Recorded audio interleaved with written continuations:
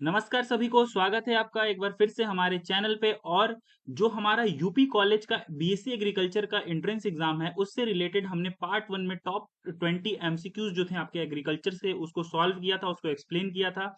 उसी वीडियो को हम क्या करने वाले हैं, कंटिन्यू करने वाले हैं आज। और अगर आपने क्या किया है, फर्स्ट पार्ट अगर नहीं देखा अभी तक तो फर्स्ट पार्ट पहले देख लीजिए और उसके बाद क्या करिए, हमारा जो सेकेंड पार्ट है उस पर कंटिन्यू करिए। देखिए, जो बीएससी एग्रीकल्चर का एंट्रेंस एग्जाम है उदय प्रताप कॉलेज का, उसमें एग्रीकल्चर में जितने भी आपके 60 क्वेश्चन आने वाले हैं जो आपके सेक्शन में, इस बार क्वेश्चन की संख्या बढ़ा दी गई है। ठीक है, एग्रीकल्चर के पोर्शन में अगर जो स्टूडेंट एग्रीकल्चर अटेम्प्ट करने वाले हैं तो उनके लिए क्या होने वाला है, ये वीडियो बहुत ही इंपॉर्टेंट होने वाला है। कुछ इजी इजी से कुछ बेसिक्स क्वेश्चन आते हैं एग्रीकल्चर के पोर्शन में, वही हम लोग क्या कर रहे हैं अपने इस सीरीज में कवर कर रहे हैं। तो ज्यादा से ज्यादा इस वीडियो को शेयर करिए अपने फ्रेंड्स के साथ जो भी यूपी कॉलेज में या फिर यूपी कॉलेज के लिए तो मेनली, उसके साथ साथ बाकी जितने भी एग्रीकल्चर के एंट्रेंस एग्जाम है, चाहे वो दीनदयाल उपाध्याय यूनिवर्सिटी का हो, टीडी कॉलेज का हो, या फिर कोई भी अगर बीएससी एग्रीकल्चर कोई भी एग्जाम हो रहा है तो उसके लिए ये वीडियो इंपॉर्टेंट होने वाली है। चलिए स्टार्ट करते हैं अपना लेक्चर और उसमें देखते हैं हमारा सबसे पहला जो क्वेश्चन है। देखिए, the botanical name of rice is, यानी जो आपका क्या है चावल है उसका वानस्पतिक जो नाम होता है वो क्या होता है। ठीक है, तो देखिए बोटेनिकल नेम जो होता है ना, ये एग्रीकल्चर के पेपर में इंपॉर्टेंट होता है और ये हर साल क्या होता है, एक दो क्रॉप का आपसे क्या करेगा, बोटेनिकल नेम आपके एग्जाम में अगर 60 क्वेश्चन आ रहा है तो एक से दो क्वेश्चन आपको बोटेनिकल नेम से वहां पे देखने को मिल सकता है। ठीक है, तो देखिए राइस का अगर हम बोटेनिकल नेम का बात करें तो राइस का बोटेनिकल नेम होता है ओराइजा सटाइवा, यानी बी ऑप्शन आपका सही हो जाएगा। ठीक है, लेकिन यहाँ पे हमें एनालिसिस करना है, बाकी सारों को भी याद करना है। तो जिया मेज किसका होता है, आपका मेज का क्या होता है, बोटेनिकल नेम होता है। ट्रिटिकम एस्टिवम है आपका, ये किसका है, वीट का है। ठीक है, वीट का है। वहीं जो सोरगम वल्गरे है ये किसका है, आपका सोरगम का है, जिसको हम क्या बोलते हैं, ज्वार भी बोलते हैं। ठीक है, तो ज्वार और सोरगम क्या होता है, एक ही चीज होता है। तो सोरगम वल्गरे ये किसका है, आपका ज्वार का साइंटिफिक नेम है। ठीक है, तो यहाँ पे जो आपका करेक्ट ऑप्शन होगा वो क्या होगा, बी ऑप्शन जो है आपका, यानी ओराइजा सटाइवा राइस का क्या है साइंटिफिक या फिर बोटेनिकल नेम है। चलिए नेक्स्ट क्वेश्चन आपका बोलता है, which fertilizer is known as straight nitrogenous fertilizer. Straight fertilizer का क्या होता है, स्ट्रेट फर्टिलाइजर ऐसा फर्टिलाइजर होता है जो सिर्फ सिंगल न्यूट्रिएंट प्रोवाइड करता है, यानी सिंगल न्यूट्रिएंट ये क्या कर रहा है, आपको मिट्टी के अंदर प्रोवाइड कर रहा है। ठीक है, या तो वो नाइट्रोजन दे, या तो वो फास्फोरस दे, या तो वो पोटास दे, या फिर वो क्या दे आपको, जिंक दे। ठीक है, या कोई भी एक सिंगल अगर न्यूट्रिएंट वो प्रोवाइड कर रहा है तो उसको स्ट्रेट फर्टिलाइजर बोलते हैं।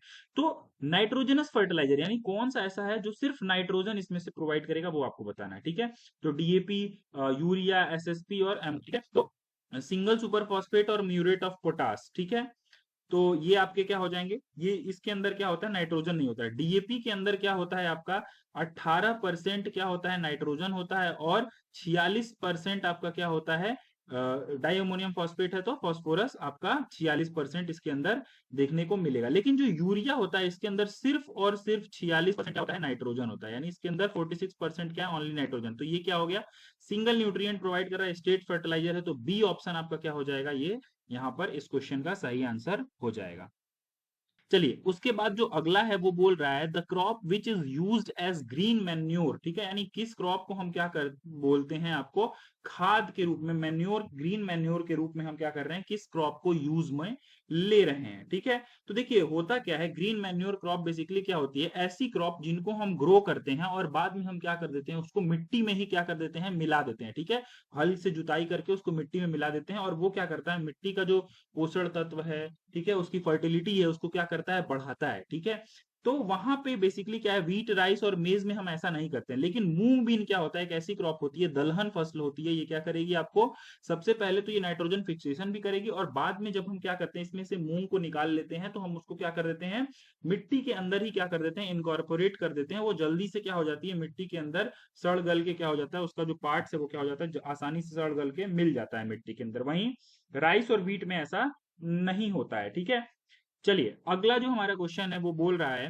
जायद क्रॉप आर ग्रोन इन। ठीक है, तो देखिए 3 सीजन होते हैं। ठीक है, आपके कौन कौन से, खरीफ सीजन हो गया, ठीक है, रबी सीजन हो गया और आपका जायद हो गया। ठीक है, तो खरीफ वाला क्या होता है आपका, जून से स्टार्ट हो जाता है। जून से जो स्टार्ट होता है वो खरीफ सीजन है, ठीक है। मिड जून से जुलाई से जो आपका जब क्या होता है रेनी सीजन आता है, तो रेनी वाले में क्या हो जाता है आपका, मेनली रेनी वाला जो होता है ये क्या होता है, खरीफ होता है, ठीक है।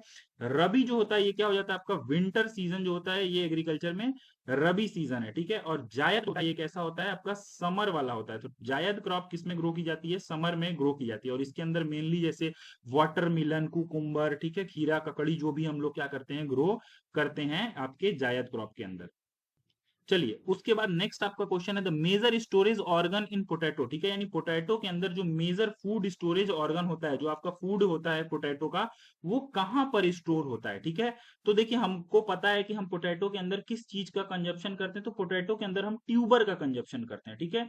ट्यूबर का कंजप्शन करते हैं, यानी जो मेन स्टोरेज ऑर्गन है वो क्या है आपका, ट्यूबर है पोटैटो के अंदर। वहीं अगर स्वीट पोटैटो की बात करेगा तो वो क्या हो जाएगा आपका, रूट हो जाएगा।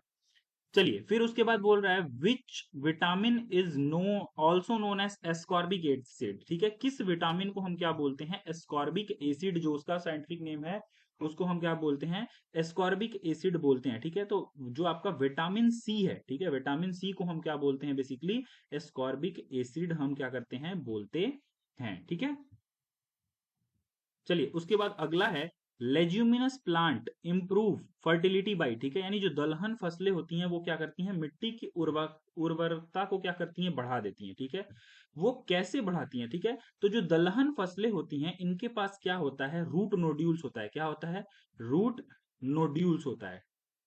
रूट नोड्यूल्स इनके किसमें पाया जाता है, आपके रूट्स के अंदर पाया जाता है। और वो रूट नोड्यूल्स क्या करता है आपका, नाइट्रोजन का क्या करता है, फिक्सेशन करता है। क्या करता है, नाइट्रोजन का फिक्सेशन आपका जो रूट नोड्यूल है वो करता है। तो नाइट्रोजन फिक्सेशन करता है आपका क्या, लेज्यूमिनस प्लांट जो है नाइट्रोजन फिक्सेशन करके क्या करता है, फर्टिलिटी को इंप्रूव करता है। फिर बोल रहा है the breed Murrah is associated to, ठीक है। यानी जो मुर्रा ब्रीड है ये किस जो पशु है उससे एसोसिएटेड है, किस पशु की जो है नस्ल है मुर्रा, ठीक है। काऊ की, बफेलो की, सीप की या फिर गोट की। तो मुर्रा जो है ये किसकी है, हाई यील्डिंग बफेलो की क्या है, हाई मिल्क, ज्यादा दूध देने वाली क्या है, बफेलो की एक ब्रीड है आपकी मुर्रा, ठीक है। उसके बाद आपका नेक्स्ट क्वेश्चन है उसमें बोल रहा है which one is a rabi crop, यानी इसमें से कौन सा रबी क्रॉप है, यानी ठंडी के सीजन में उगाया जाता है। तो देखिए राइस, बाजरा और मेज ये तीनों क्या है आपके खरीफ क्रॉप है। व्हीट जो है आपका क्या है, आपका रबी क्रॉप है, ये ठंडी के सीजन में उगाया जाता है। आपको अपने गाँव में आपने देखा होगा कि जो व्हीट है वो क्या हो रहा है, जाड़े के सीजन में उगाया जाता है। फिर बोल रहा है which one of the following is a cereal crop, इनमें से कौन सा जो है वो अनाज की फसल है, ठीक है। तो देखिए शुगर केन की अगर हम बात करते हैं, जो हमारा पहला ऑप्शन है ये क्या है, शुगर क्रॉप है, ठीक है। ये क्या है, शुगर क्रॉप है, शुगर केन, ठीक है। कॉटन जो है ये क्या है आपका, फाइबर क्रॉप है। फाइबर क्रॉप आपका क्या है, कॉटन है, ठीक है। सोयाबीन जो है ये क्या है आपका, ऑयल सीड क्रॉप है, ठीक है, ऑयल सीड, ठीक है, यानी तिलहन फसल, ठीक है। मेनली ये लेज्यूमिनस फैमिली से बिलोंग करता है, लेकिन हम इसको ऑयल निकालने के लिए ज्यादातर यूज करते हैं, ठीक है।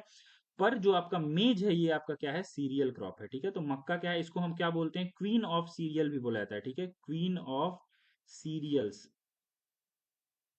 मक्का को बोला जाता है। चलिए उसके बाद जो हमारा अगला है उसमें बोल रहा है which Indian state is largest producer of wheat, यानी कौन सा जो इंडिया का स्टेट है वो सबसे बड़ा प्रोड्यूसर है व्हीट का, ठीक है। तो देखिए व्हीट का, देखिए सबसे ज्यादा अगर व्हीट की प्रोडक्टिविटी देखी जाए तो पंजाब और हरियाणा के अंदर है। लेकिन अगर प्रोड्यूसर देखा जाए, सबसे ज्यादा प्रोडक्शन कौन करता है, तो एरिया भी सबसे ज्यादा किसके पास है, उत्तर प्रदेश के पास है। तो एरिया सबसे ज्यादा, इसलिए सबसे ज्यादा प्रोडक्शन आपका कौन देता है, आपका उत्तर प्रदेश जो है वो व्हीट का क्या है, लार्जेस्ट प्रोड्यूसर हमारे कंट्री के अंदर है। चलिए उसके बाद जो नेक्स्ट है बोल रहा है tikka disease is associated with, ठीक है। यानी जो टिक्का रोग है किस फसल से संबंधित है, किस फसल में टिक्का रोग आपको देखने को मिलता है, ठीक है। तो टिक्का डिजीज जो है आपका किस क्रॉप के अंदर देखने को मिलता है, ग्राउंड नट यानी मूंगफली के अंदर आपको टिक्का रोग क्या होता है, बहुत ही कॉमन है, बहुत ही मेजर जो डिजीज है वो टिक्का रोग आपका होता है मूंगफली के अंदर। फिर बोल रहा है which crop is propagated bye sets, ठीक है। किन क्रॉप को हम क्या करते हैं, सेट्स से उगाते हैं, ठीक है। तो हम क्या करते हैं, सेट्स बेसिकली क्या होता है, जैसे मान लीजिए ये जो सेट्स होता है ये किसमें हम लोग यूज करते हैं, गन्ना के अंदर यूज करते हैं, ठीक है। तो गन्ना के अंदर हम क्या करते हैं, गन्ने का एक छोटा सा पार्ट कट करके लाते हैं जिसमें क्या होते हैं, छोटे छोटे बर्ड्स होते हैं। इन्हीं बर्ड्स को हम क्या करते हैं, प्लांट करते हैं। तो हमारा नया नया इसके अंदर से क्या निकलता है आपका, प्लांट आपका देखने को मिलता है। तो ये जो हम पार्ट लेकर के आ रहे हैं इसको हम क्या बोलते हैं, इसको हम बोलते हैं सेट। ठीक है, सेट्स इसको हम क्या करते हैं, बोलते हैं। उसके बाद अगला जो है उसमें बोल रहा है in photosynthesis the gas is release, यानी फोटोसिंथेसिस जब होती है तो कौन सी गैस क्या होती है, रिलीज करती है। तो प्लांट जब फोटोसिंथेसिस करता है, ठीक है, तो वो कार्बन डाइऑक्साइड को तो क्या करता है, CO2 को तो इनसाइड लेता है, ठीक है, इनसाइड क्या करता है, CO2 को लेता है, ठीक है, इनहेल करता है। ऑक्सीजन को क्या करता है, प्लांट रिलीज करता है, ठीक है। तो कौन सी गैस रिलीज हो रही है आपकी,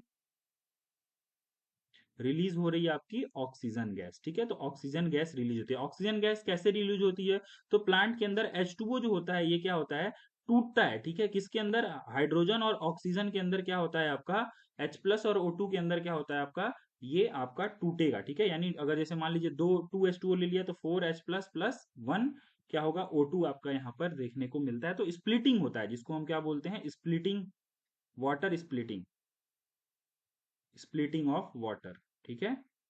तो वाटर स्प्लिटिंग कॉम्प्लेक्स होता है वो क्या करता है आपका, रिलीज करता है वाटर को फोटोसिंथेसिस के अंदर, जिसमें Mn मैग्नीज का क्या होता है, बड़ा इंपॉर्टेंट रोल देखने को मिलता है। तो वाटर स्प्लिटिंग में अगर आपसे कोई पूछता है कि कौन सा एलिमेंट क्या काम में आता है, तो आपका मैग्नीज आपका काम में आता है।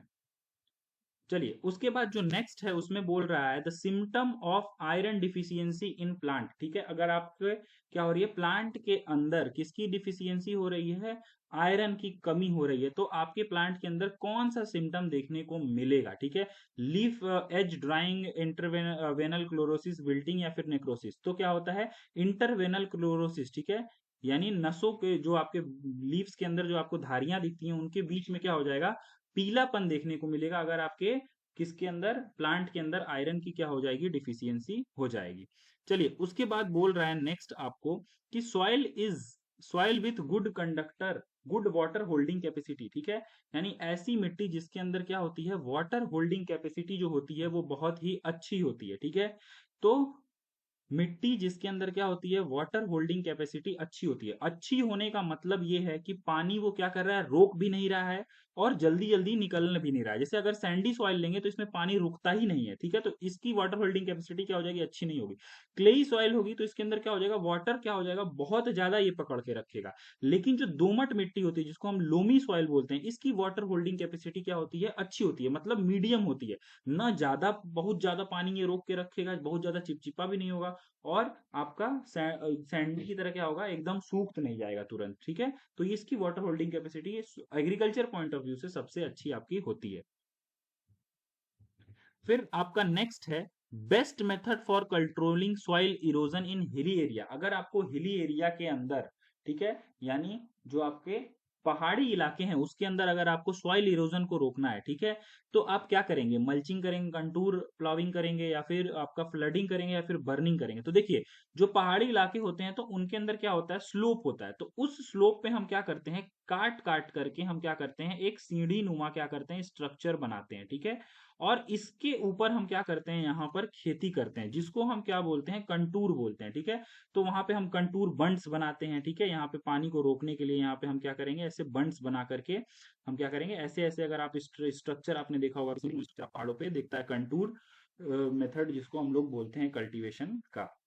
फिर उसके बाद आपका नेक्स्ट है, इसमें बोलता है Azotobacter is used for fixing, ठीक है। एजिटोबैक्टर जो है, ठीक है, ये क्या चीज को फिक्स करता है, ठीक है। तो एजिटोबैक्टर जो होता है ये क्या करता है, आपको सॉइल के अंदर नाइट्रोजन की क्या करता है, ये फिक्सिंग आपको एजिटोबैक्टर करके देता है। फिर बोल रहा है पॉलिनेशन बाय विंड, ठीक है, यानी विंड से अगर पॉलिनेशन हो रहा है, ठीक है, तो उसको हम क्या बोलेंगे, ठीक है।